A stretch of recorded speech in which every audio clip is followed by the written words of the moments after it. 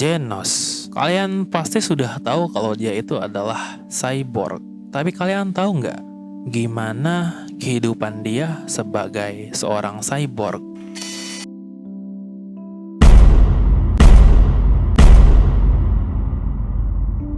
Well, jawabannya bakal bikin kalian bertanya-tanya tentang eksistensi kalian sebagai manusia.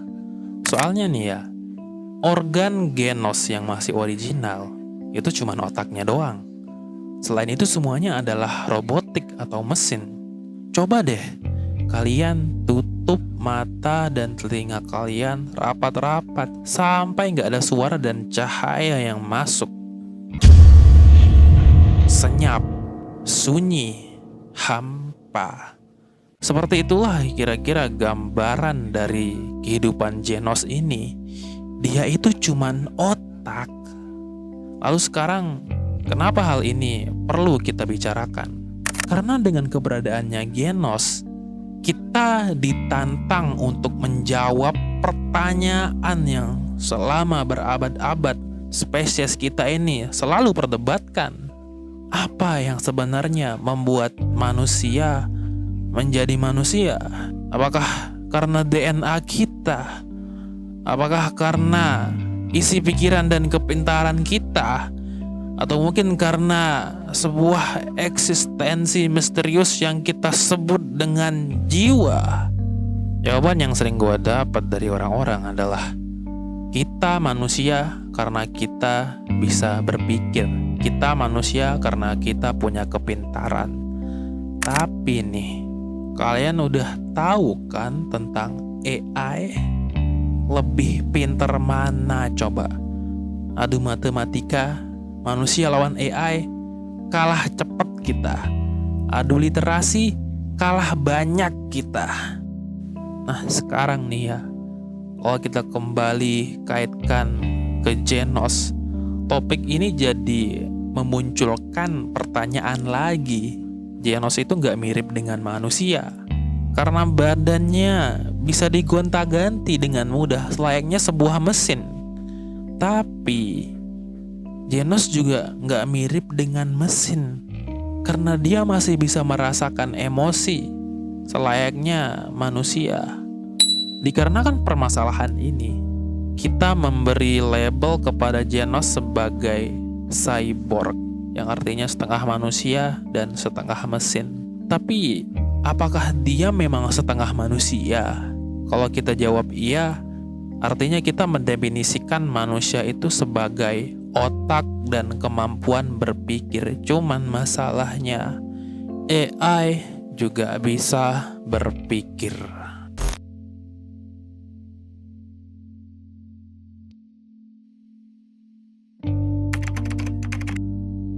Badanmu bukan lagi dirimu.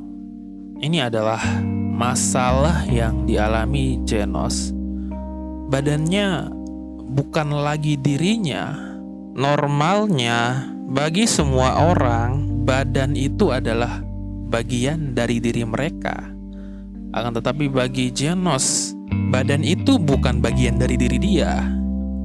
Maksud gua nih ya, Genos itu ngelihat badannya kayak sebuah alat. Ibaratnya kita sedang melihat seseorang yang naik sepeda nih. Gue yakin gak ada manusia yang pikirannya normal bakal ngambil kesimpulan kalau sepeda dan orang yang sedang menaikinya merupakan satu kesatuan eksistensi. Jelas, sepeda dan orang yang sedang menaikinya merupakan dua kesatuan yang terpisah, dan Genos ngelihat dirinya dan badannya seperti ini, terpisah antara dirinya dan badannya. Ketika terluka, Genos nggak bilang, "Au, sakit." Tapi dia bilang, "Dokter Kuseno, tolong buat aku menjadi lebih kuat lagi." Dan hal ini adalah masalah. Karena badan manusia itu bukan sekedar kulit dan daging doang, tapi badan kita ini adalah limiter. Kalau kita ngelakuin sesuatu yang bikin badan kita sakit, maka kita bakal berhenti ngelakuin hal itu kan? Karena kita udah tahu kalau kita ngelakuin itu badan kita sakit, dan badan kita itu nggak permanen, ada batasnya, nggak bisa diganti kayak kita ganti mesin mobil. Sedangkan Genos itu nggak bisa memahami mindset ini. Badan dia bisa diganti kapan aja. Makanya seiring waktu berjalan, itu Genos jadi berhenti peduli terhadap dirinya. Bahkan dia rela buat self-destruct tanpa pikir panjang.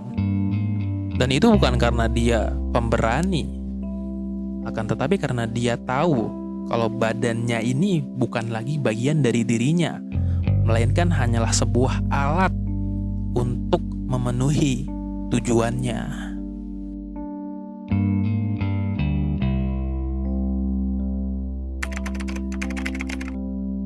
Definisi manusia yang memudar. Oke nih, karena tubuh Genos sudah 99% mesin, yang dimana itu otomatis menghapus 99% identitas dia sebagai apa itu manusia. Lalu bagaimana dengan 1% yang tersisa? Yaitu cara dia bertindak dan berpikir dengan otak dia. Cuman disinilah muncul masalahnya.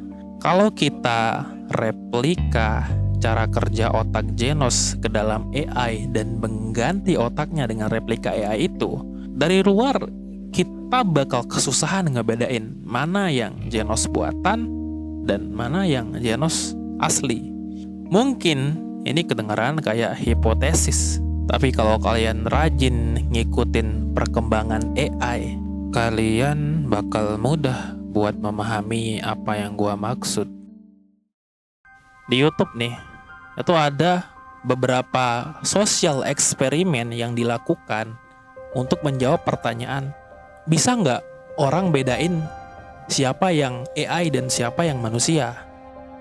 Ceritanya nih, beberapa orang dikumpulin, terus mereka disuruh berkomunikasi dan menjawab pertanyaan. Tapi di antara mereka ini ada satu AI yang berpura-pura menjadi manusia.